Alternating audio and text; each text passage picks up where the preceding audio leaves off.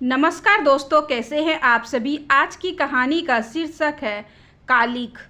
कुछ भी समझ में नहीं आ रहा। अनंत बौखलाया। सगी माँ का देहांत हुआ और बेटों को ही खबर नहीं। पूरा हफ्ता बीत गया। तुमने टकलपुर फ़ोन लगाया? सुमंत का चेहरा स्याह हो गया। शक पकाकर उसने नज़रें झुका ली। नंदू जी अब उसे हैरत से घूर रहे थे। तो तुम्हें अभी तक समाचार नहीं मिला? नहीं। अजीब बात है। मन ही मन बुदबुदाकर उन्होंने एक ऑटो रिक्शा रोक उसमें अपना सामान जमाया। खैर, अभी तो मैं चलता हूँ, मेरी ट्रेन का समय हो रहा है। 18 तारीख को वहीं मिलूँगा, धीरज रखना। और उसकी पीठ थपथपाई व रवाना हो गए। सुमंत कुछ क्षण बुत बना खड़ा रहा। उसे अभी भी विश्वास नहीं हो रहा था। पीछे एक कार ने हॉर्न दिया। विचारों के भंवर से बाहर निकल सुमंत ने स्कूटर स्टार्ट किया और उदास मन से घर की तरफ मुड़ गया। उसे अचानक आया देख श्लेषा घबरा उठी।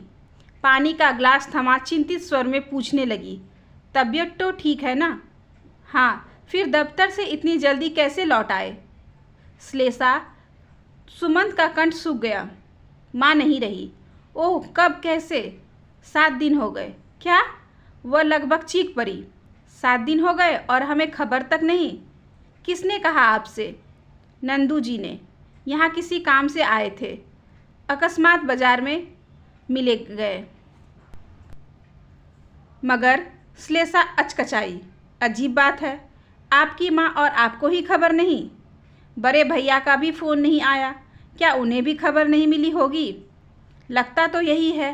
भारी मन से फ़ोन उठा उसने अनंत भैया को एसटीडी लगाई। खबर सुनकर अनंत को भी बेहद आश्चर्य हुआ। कमाल है, इस बात की सूचना क्यों नहीं दी गई हमें? आजकल तो गांव-गांव में एसटीडी की सुविधा उपलब्ध है। कहीं नंदू जी को गलत समाचार तो नहीं मिली? नहीं भैया, छोटी बुआ जी ने स्वयं उनको फ़ोन किया था। नंदू जी के बेटे की शादी 10 दिनों पूर्व हुई थी, इसलिए दाह संस्कार व उठावने में वे नहीं जा पाए। कह रहे थे अब 11वें पर जाएंगे।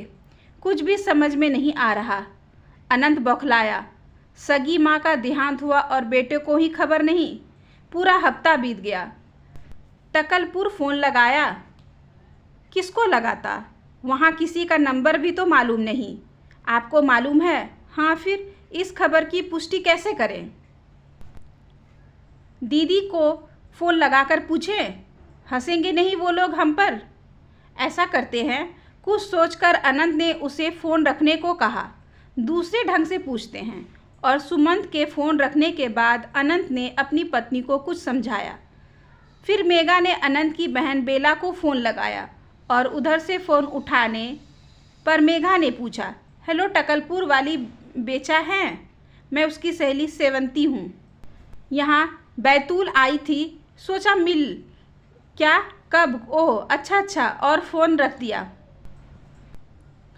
अनंत सिर पकड़कर बैठ गया। खबर सच्ची थी, मगर उन्हें मिली क्यों नहीं? सब रिश्तेदारों को मिल गई, सिर्फ उन्हें ही नहीं दी गई। सगे बेटे को दाह संस्कार के बाद उठावने पर सारे रिश्तेदार आए होंगे। उस दिन भी दोनों बेटों को जब अनुपस्थित पाया होगा तो उफ, कितनी छिछालेदर हुई होगी। आपको अपने आप को अपमानित महसूस कर अनंत की गर्दन झुक सी गई।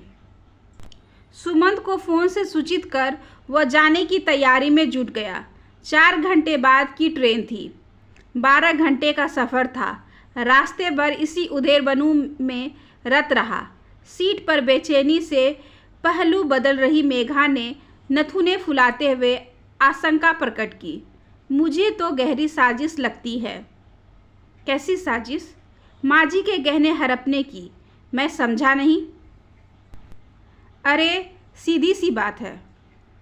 हम सब पहले पहुँच गए होते तो माँ जी के गहने हम दोनों बहुओं में बांटते, लेकिन अब ना पहुँचने पर कर लिए होंगे किसी ने कब्जे में। किसने? उसी ने जो हफ्ते भर से आकर जमी बैठी है। घृणा से मेघा को स्वर विशेला हो गया।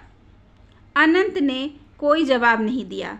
सिर झुकाए विचारों के भंवर में डूबता उतरता रहा।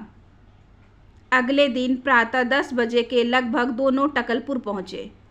पिताजी बाहर बैठक में एक कोने में उदास गमगीन बैठे थे। सामने रिश्तेदार भी शोकाकुल बैठे थे। रिक्शे से उतर अनंत ने सूटकेस एक तरफ रखा और पिताजी की गोद में मुंह छुपा जोर जोर से रोने लगा।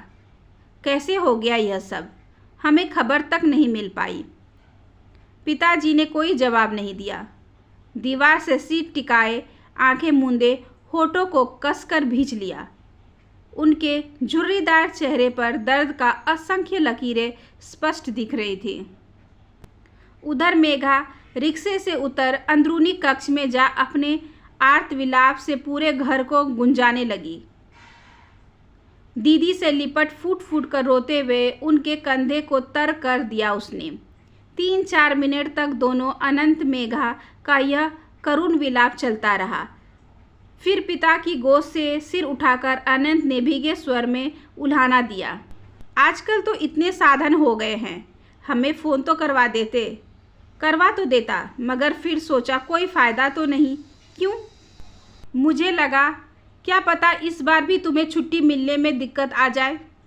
अनंत को यूं लगा मानो भरी महफिल में नंगा कर जूते जर दिए गए होंगे उस पर। सकपकाते हुए सिटपिटा कर हकलाने लगा। ऐसा कैसे सोच लिया? मरने की खबर सुनकर तो हम हर हाल में आते। और जीते जी? बात काटते हुए पिताजी का कंठ हठात रूंध गया। अनंत कुछ न कह सका। उसके लिए मुंह छुपाना दुश्वार हो गया। पिताजी से ऐसे आक्रामक रूप की उसने सपने में भी कल्पना नहीं की थी। पिताजी ने एक ही बार में उसका संपूर्ण जीवन चरित्र उधेड़ कर रख दिया था। वहाँ बैठे पांचों रिश्तेदार होठों पर मुस्कान रोक मन ही मन अनंत की स्थिति का आनंद लेने लगे। अनंत के लिए वहाँ बैठना असह्य हो गया, मगर उठकर जाता भी कहाँ? क्या घर छोड़कर वापस चल देता? उसी समय सुमंत श्लेषा का रिक्शा रुका। श्लेषा रोती हुई अंदर चली गई। सुमंत पिता के गले से लिपट स्वर्गीय माँ को याद कर रोने लगा। उसका चेहरा आंसुओं से तर था और कंठ गम से अवरुद्ध। बस स्वर में हाय माँ, ओह माँ का विलाप करता रहा। कुछ मिनट रोने के बाद उसने हिचकियाँ लेते हुए पिता को उल्हाना दिया। खबर तो करनी थी हमें। कैसे करता? बात काट पिताजी ने अपनी लाचारी बताते हुए कहा। मैं अकेला बूढ़ा दाह संस्कार का इंतजाम करता या तुम्हें फ़ोन करने जाता। किसी को भी कह देते। ऐसे वक्त तो हर कोई सहयोग करने आ जाता है। सब कहने की बातें हैं बेटा।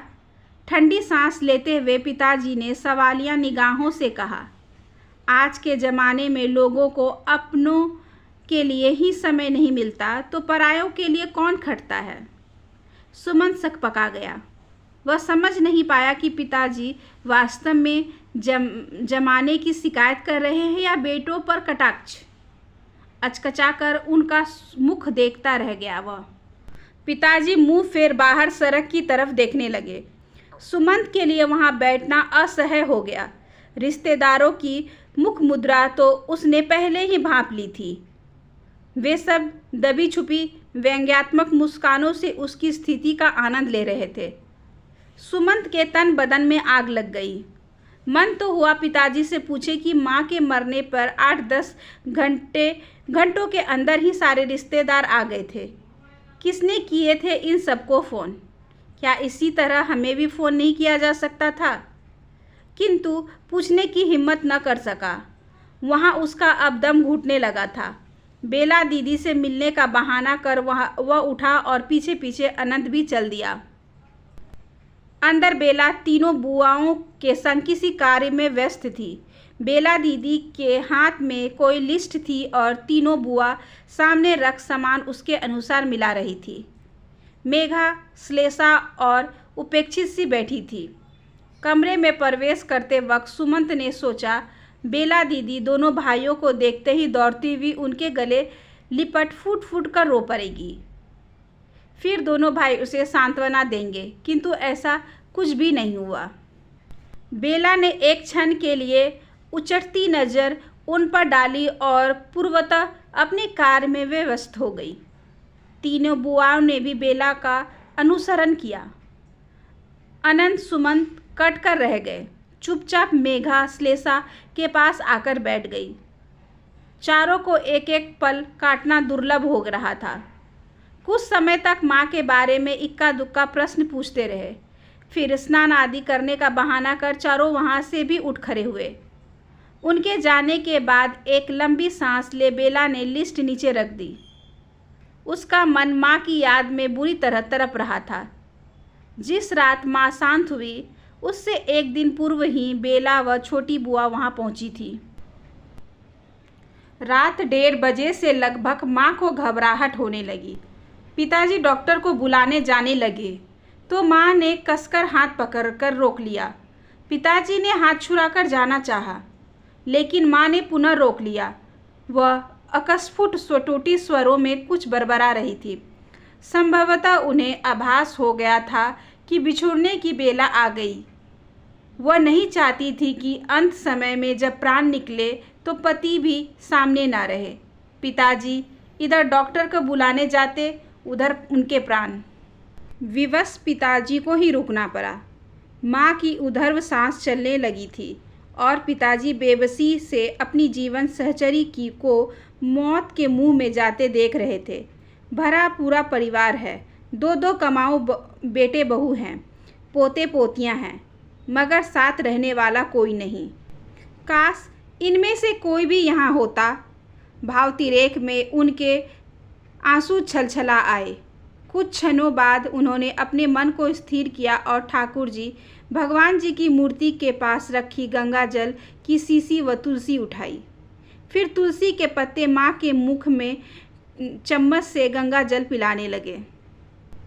गीता का 5वां अध्याय उन्हें बचपन से कंठस्थ था। उसका पाठ करने लगे। माँ तुलसी व गंगा जल का पान करती गीता का श्रवण करती रही।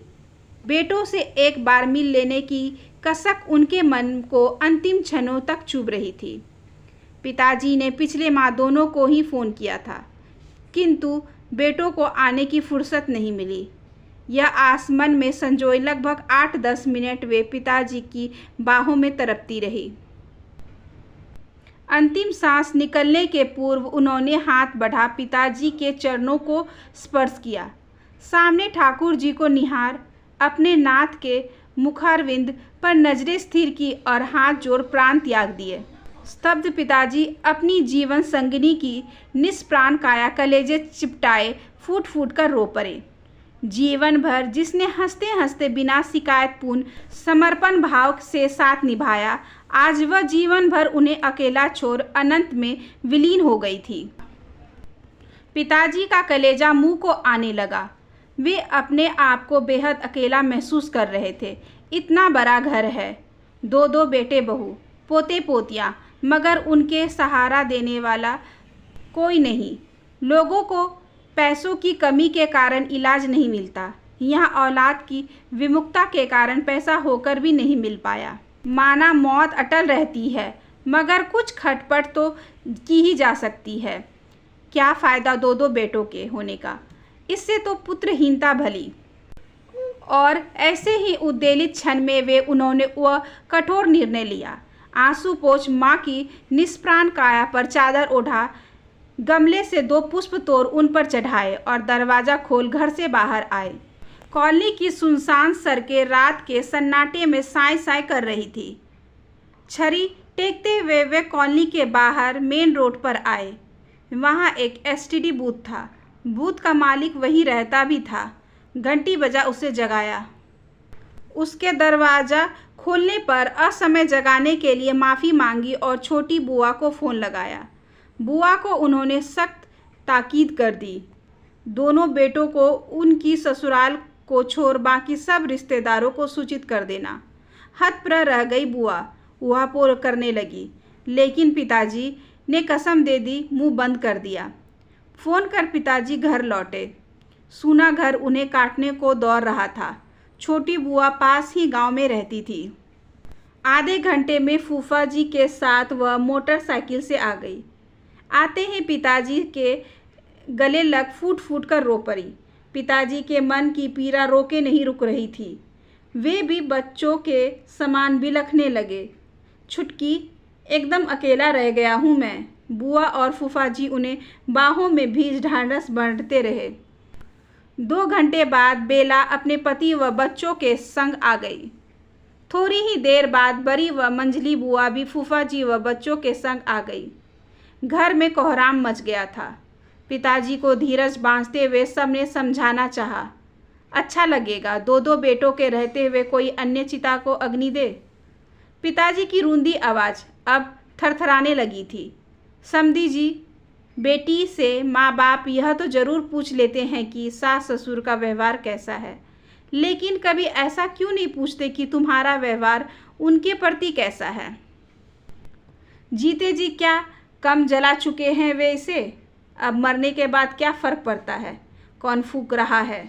पिताजी ने टूक शब्दों में इनकार कर दिया। उनकी जिद के आगे सबको झुकना पड़ा। प्रातः 10 बजे तक और रिश्तेदार भी आ गए थे। 11 बजे महायात्रा आरंभ हुई। उन्हें मुखाग्नि पिताजी ने स्वयं दी। अनंत ने ठंडी सांस ली। शाम हो गई थी। गरुड़ पुराण का पाठ करने के लिए पंडित जी पधार चुके थे। घर के परिजन रिश्तेदार बैठक व अंदरूनी कक्ष में आकर बैठ गए। अनंत एक कोने में जाकर सिर झुकाकर बैठ गया। उसका चित्त बेहद अशांत था। मस्तिष्क में विचारों का अंधर चल रहे थे। पिताजी के मात्र एक निर्णय ने उसके व सुमंत के व्यक्तित्व का एक एक तिनका उड़ा दिया था। दोनों को रिश्तेदारी में मुंह दिखाने के काबिल नहीं रखा। समस्त रिश्तेदारों को मालूम हो चुका था कि पिताजी ने स्वयं ही दोनों बेटों व उनके ससुराल वालों को समाचार देने से मना कर दिया था। न कहते हुए भी सब समझ गए थे कि एक असहाय वृद्ध ने ऐसा अभूतपूर्व निर्णय क्यों लिया होगा। पिताजी यही नहीं रुके। उन्होंने रिश्तेदारों को भेजे जाने वाले शोक पत्र पर भी सिर्फ अपना ही नाम दिया, बेटों का नहीं। ये पत्र रिश्तेदारों के हरेक के यहाँ पोस्ट हुए। दूर दूर के रिश्तेदारों को भी। बस नहीं हुए तो अनंत, सुमंत व उनकी ससुराल में। गलानी से अनंत की गर्दन झुक गई। उसके सम्मुख अभी एक भारी समस्या थी माँ का 12वां दिन। 3 दिन बाद 12वें पर पुनः समस्त रिश्तेदार का जमघट होने वाला था।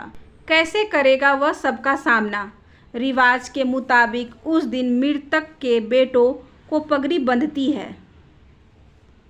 पिताजी ने इस रस्म के लिए भी स्पष्ट इनकार कर दिया था। इसके बदले उन्होंने सत्यनारायण भगवान की कथा रखी थी। अब इसके लिए क्या जवाब देगा अनंत रिश्तेदारों को।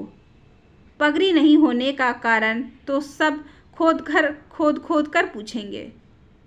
घबराए अनंत व सुमंत ने अभी कुछ समय पूर्व ही पिताजी से लगभग घिघियाते हुए इस रस्म के लिए याचना की थी, लेकिन पिताजी ने शुष्क सपाट स्वरों में लताड़ दिया था। मतलब क्या है पगड़ी की रट लगाने से। पगड़ी उसे बनती है जिसने जीते जी सेवा की हो। जब सेवा ही नहीं की, उल्टे जी चुराया हो, तो क्या मतलब है बेफुजली ढोंग करने से। इस साफ गोई पर अनंत सुमंत कट कर रह गए। गरुड़ पुराण के बाद अनंत धीरे से उठा और किसी काम का बहाना बनाकर घर से निकला। फिर एक दूरस्थ कॉलोनी में जा वहाँ एक के एसटीडी बूथ में अपनी व सुमंत की ससुराल फ़ोन लगाया। संक्षिप्त में पिता की नाराज़गी भी बतला दी। रिरियाते हुए गुहार की कि किसी तरह पगड़ी के लिए राजी करवा ले। अगली ही सुबह मेघा, श्लोका के पिता व अन्य परिजन भी टैक्सियों में भरकर बदहवास आए और हाथ जोड़कर माफ़ी मांगी। अनुन्य विनय भी की। पिताजी के मुख पर अकड़ के कोई चिन्ह नहीं थे। वे आत्मीयतापूर्वक उन्हें आश्वस्त करने लगे। आप व्यर्थ सोच विचार कर रहे हैं साहब। मेरे मन में किसी के प्रति कोई शिकायत नहीं है। फिर हमसे क्या नाराज़गी रही, हमें खबर ही नहीं कि ऐसा है। पिताजी के चेहरे पर कूटनीतिक मुस्कान उभरी। जिनके पत्र आते रहते थे कुशल क्षेम के, उनके नंबर थे मेरे पास। हड़बड़ी में वही खबर करवा सका। दोनों संबंधी कट कर रह गए। पिताजी ने बेहद सादगी से उन्हें उल्हाना जो दे दिया था। एक क्षण चुप रह बड़े समधी ने बात संभालनी चाहिए। इन लोगों ने आपके साथ ऐसा व्यवहार रखा, हमें तो सपने में भी इस बात का गुमान नहीं था। आप यदि एक बार भी पत्र डाल देते।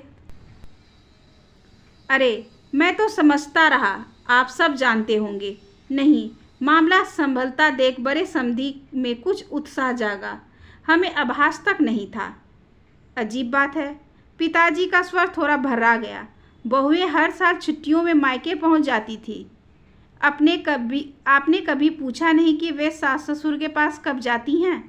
जी, सास ससुर की इच्छा नहीं होती अपने पोते पोतियों से मिलने की। दोनों समधी और उनके परिजन को काटो तो खून नहीं। पिताजी ने कितने संक्षिप्त शब्दों में बहुओं की सेवाहीनता का दुखड़ा बयान कर दिया था। सबके सिर झुक गए। पिताजी की रूंधी आवाज़ अब थरथराने लगी थी।